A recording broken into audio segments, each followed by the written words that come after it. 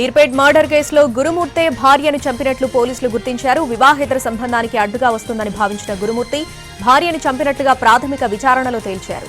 ఇవాళ గురుమూర్తిని కోర్టులో హాజరుపరచనున్నారు మీర్పేట్ పోలీసులు. ఇక ఇప్పటికే 2 సార్లు సీన్ రీకన్స్ట్రక్షన్ చేసిన పోలీసులు కస్టడీలోకి తీసుకున్న తర్వాత మరోసారి సీన్ రీకన్స్ట్రక్షన్ చేయనున్నారు. అటు సుమారు 3 గంటల పాటు గురుమూర్తి ఇంట్లో సోదాలు చేసి కీలకమైన ఆధారాలను సేకరించింది క్లూస్ టీం. దీనికి సంబంధించి పూర్తి అప్డేట్స్ మా ప్రతినిధి రాధాకృష్ణ లైవ్ లో అందిస్తారు. రాధాకృష్ణ. శ్రావణి, రాష్ట్ర వ్యాప్తంగా సంచలనం సృష్టించిన కేసు.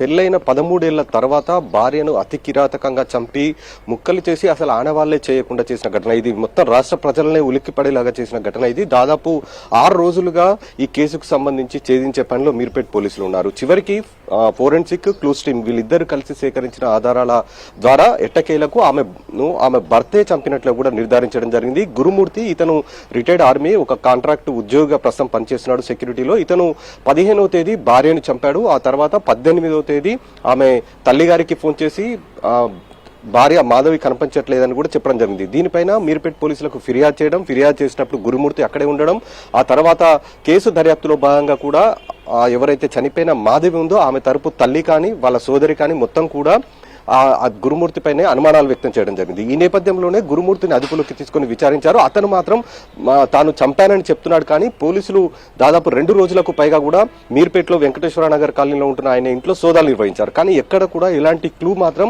లభించలేదు. దీంతో ఫోరెన్సిక్ అలాగే క్లూస్ టీం ఇద్దరిని కూడా నిన్న రంగంలోకి దింపారు. మొత్తం 3 గంటల పాటు ఈ 2 టీంలు శతవిధాలా ప్రయత్నించాయి. చివరికి కొన్ని రక్తపు నమూనాలను సేకరించారు. వాటి ద్వారా గురుమూర్తి అతని భార్య మాధవిని చంపినట్లు కూడా నిర్ధారణకు రావడం జరిగింది. దానికి సంబంధించిన ఎవిడెన్స్ అన్ని కూడా సేకరించారు.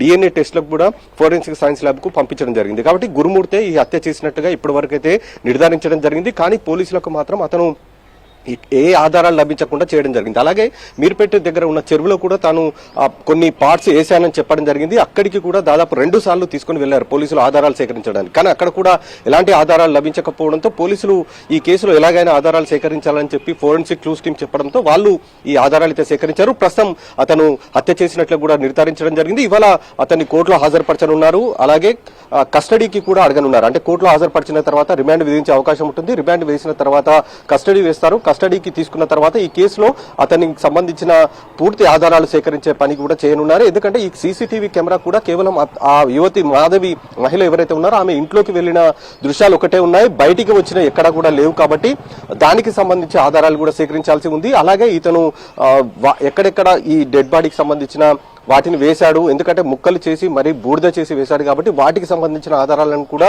కొంతవరకైనా సేకరించాల్సి ఉంటుంది దర్యాప్తులో భాగంగా. కాబట్టి వీటినన్నింటిని కూడా అతన్ని కస్టడీలోకి తీసుకున్న తర్వాత మరొకసారి సీన్ రీకన్స్ట్రక్షన్ లో భాగంగా ఇవన్నీ చేసే అవకాశం అయితే కనబడుతుంది. మొత్తానికి భార్య మాధవిని భర్త గురుమూర్తే హత్య చేసినట్లుగా నిర్ధారించారు మీర్పేట్ పోలీసులు. Shravani. Right Radhakrishna, thanks for the updates.